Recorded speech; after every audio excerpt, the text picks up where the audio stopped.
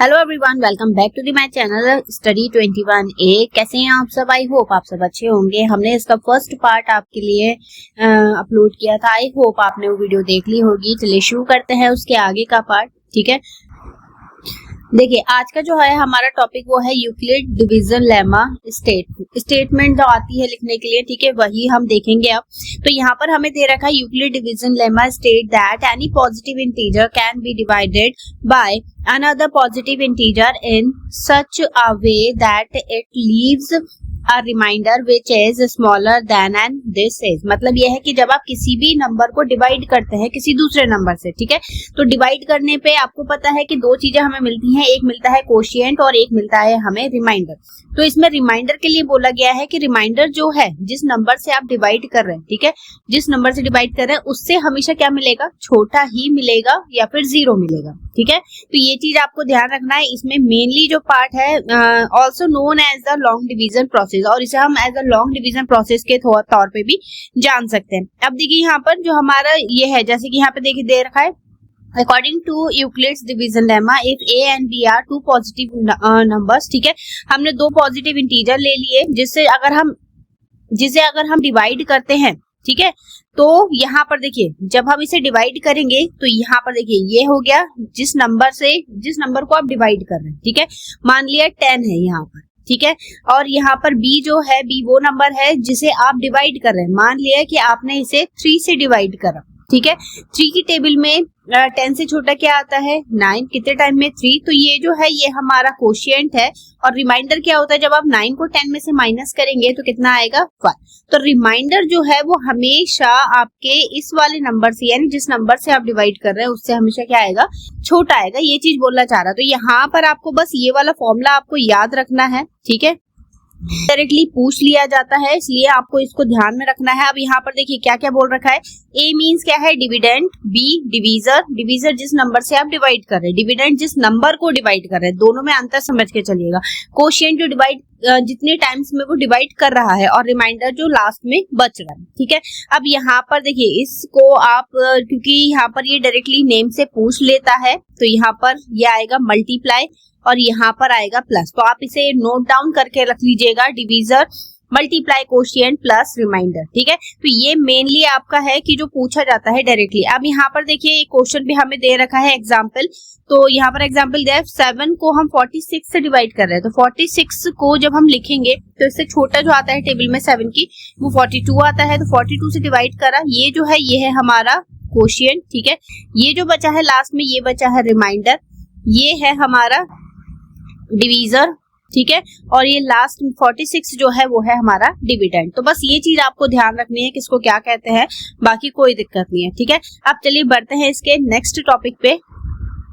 Next topic है हमारा fundamental theorem of arithmetic. और ये ध्यान रखिएगा यूक्लिड डिवीजन लेमा जो बताया है वो आपको जब हम इसके क्वेश्चन करेंगे तब आपको और डिटेल में समझ में आएगा। ठीक है, तो फिलहाल अभी डेफिनेशन लिखवा रही हूँ मैं। यहाँ पर देखिए जो हमारी फंडामेंटल थ्योरम ऑफ अरिथमेटिक है उसमें फर्स्ट डेफिनेशन जो हमें दे रखी है वो है कंपोजिट नंबर। कंपोजिट नंबर आपको पता है जिसके मोर देन 2 फैक्टर हो। ठीक है, डेफिनेशन क्या होगी इसकी, composite number are those numbers that have at least 1 factor other than 1 and the number itself. मतलब अगर उसके उसी नंबर से और 1 से अलग अगर कोई और फैक्टर आ रहा है that is called composite number. ठीक है, जैसे अगर हम 10 के फैक्टर करेंगे यहाँ पर तो 10 के फैक्टर हमें क्या मिल रहा है, एक तो 1 मिल रहा है, ठीक है, एक खुद 10 मिल रहा है, इसके अलावा 2 और 5 इससे भी डिवाइड हो रहा है क्योंकि इसके मोर देन 2 फैक्टर आ रहे हैं। तो यहाँ पर ये क्या हो जाएगा, कंपोजिट। आप सिंपल डेफिनेशन याद रखिए, मोर देन 2 फैक्टर अगर किसी के भी मिल रहे हैं 1 और उस नंबर के अलावा, तो वो हमेशा क्या होगा, कंपोजिट नंबर होगा। अब प्राइम नंबर की अगर हम बात करें तो प्राइम नंबर कौन से होंगे, प्राइम नंबर जो सिर्फ अपनी टेबल से या फिर 1 की टेबल से डिवाइड होते हैं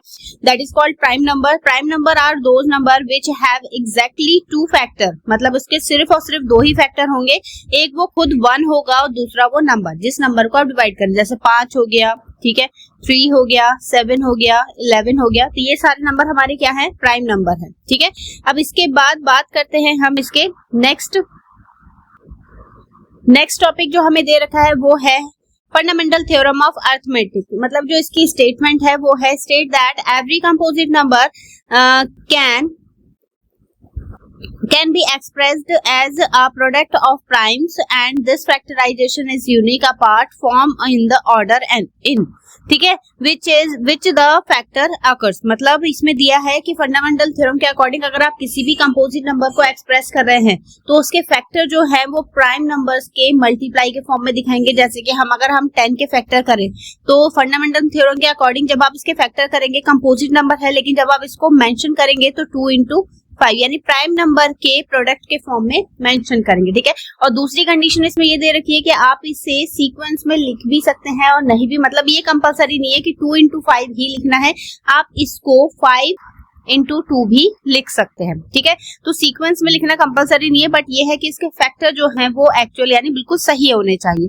अब इसके बाद यहाँ पर देखिए एक एग्जांपल हमें दे रखा है, let us consider an example here, we will use a tree diagram to show the factor of 270। Tree diagram मैं आपको ऑलरेडी फर्स्ट वीडियो में समझा चुकी हूँ कैसे बनाते हैं, ठीक है। तो यहाँ पर देखिए ट्री डायग्राम में हमें दे रखा है, ये दिया है 270 के फैक्टर और 270 के फैक्टर हमने 2 से डिवाइड करेंगे तो 135 आ गया, ठीक है। 135 को 3 से डिवाइड करेंगे 45 और 45 को डिवाइड करेंगे 3 से 15, 15 को 3 से डिवाइड करेंगे तो 5, ठीक है। ये आ गए। अब यहाँ पर देखिए दो सीक्वेंस हमें दे रखे हैं, एक तो दे रखा है 270 को हम लिख सकते हैं 2 into 3 की पावर 3 into 5। 3 की पावर 3 कैसे, क्योंकि 3 कितने टाइम्स आ रहा है, 3 टाइम्स आ रहा है, तो इसलिए 3 की पावर 3 के फॉर्म में हम इसे मेंशन करेंगे। अब यहाँ पर 2 into 3 into 5 लिखा है, लेकिन नीचे जो हमें सीक्वेंस दे रखा है किसमें दे रखा है 5 into 3 into 2। तो ये ध्यान रखिएगा, सीक्वेंस चाहे आगे से लिखें आप चाहे पीछे से लिखें, बट इसके फैक्टर जो है वो चेंज नहीं होंगे, ठीक है। तो यहाँ पर हमारा जो ट्री फैक्टराइजेशन है, प्राइम फैक्टर करना, वो हमने सीखा है।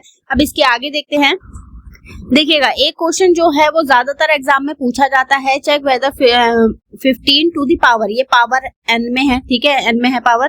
तो यहाँ पर देखिए 15 की power n can and with digit 0 for any natural number n, ठीक है। मतलब अगर हम 15 की पावर n इसको अगर हम मल्टीप्लाई करें, इसको स्क्वायर करें, क्यूब करें, तो क्या ये पॉसिबल है कि ये 0 डिजिट पे एंड हो, ठीक है। अच्छा 0 डिजिट पे एंड होने की कंडीशन क्या होती है, if a number end with the digit 0 then it is divisible by 2 and 5। अगर कोई भी नंबर 0 पे डिवाइड हो रहा है, ठीक है, तो वो हमेशा किस पे एंड होना चाहिए, 2 और 5 उसमें आना चाहिए। अगर इसमें से कोई भी एक गायब हो जाता है तो वो नंबर कभी भी 0 पे फिनिश नहीं होगा। तो वही चीज यहाँ पे दे रखी है, बट प्राइम फैक्टर ऑफ 15 के जब हम फैक्टर करेंगे तो क्या मिलेंगे हमें, 3 और 5 मिलेंगे। यहाँ पर हमारा 5 तो हमें मिल गया बट 2 नहीं है, ठीक है। तो यहाँ पर हम मेंशन करेंगे 15 की पावर n, 15 के फैक्टर हमने करे हैं 3 into 5, ठीक है। इसकी पावर n, जब हम पावर को अलग अलग लिखेंगे तो 3 की पावर n, 5 की पावर n। अब यहाँ पे here the prime factorization of 15 to the power n contains only 5 but not 2। मतलब 5 तो उसमें आ रहा है बट 2 उसमें नहीं आ रहा है, ठीक है। The uniqueness of the fundamental theorem of arithmetic guarantees that there are no other primes in the prime factorization of 15। मतलब 15 वाले में 5 तो हमें मिल रहा है, बस उसका दूसरा फैक्टर हमें नहीं मिल रहा है। Therefore 15 to the power n cannot end with digit 0 for any natural number n, ठीक है। तो किसी भी आप नंबर को रख लीजिए, 15 कभी भी 0 पे फिनिश नहीं होगा, ठीक है। तो ये जो इसकी थ्योरी है ये आपको पूरी लर्न रखनी है ऐसी ही ऐसी, अगर समझ में आ गई है तो अच्छी बात है, बट इसमें का क्वेश्चन ज्यादातर आपका पूछ लिया जाता है, बस डिजिट चेंज करेगा। यहाँ पर देखिए 15 दे रखा है, या तो पूछेगा 6 की पावर n, ठीक है, या फिर 8 की पावर n या 12 की पावर n। तो ये नंबर कभी भी, मतलब ऐसा कोई नंबर जिसमें 2 और 5 फैक्टर नहीं आ रहे हैं, तो वो हमेशा इसी टाइप से क्वेश्चन होगा। थ्योरी यही रहेगी, बस नंबर क्या है वो चेंज हो जाएगा। 15 की जगह पे वही नंबर आएगा जो क्वेश्चन में गिवन होगा और उसके फैक्टर उसी के अकॉर्डिंग हम डिसाइड करेंगे, ठीक है। तो आई होप आपको समझ में आ गया होगा। अब इसके आगे का और भी क्वेश्चंस हैं, इंटरेस्टिंग क्वेश्चंस हैं, तो हम इसके आगे क्वेश्चन करेंगे इससे नेक्स्ट वीडियो में। आई होप आपको वीडियो पसंद आई होगी। आपको वीडियो पसंद आई हो तो वीडियो को लाइक, चैनल को सब्सक्राइब जरूर करें, इसे अपने दोस्तों के साथ जरूर शेयर करें। चलिए मिलेंगे इससे नेक्स्ट वीडियो में नए क्वेश्चन के साथ, तब तक के लिए धन्यवाद।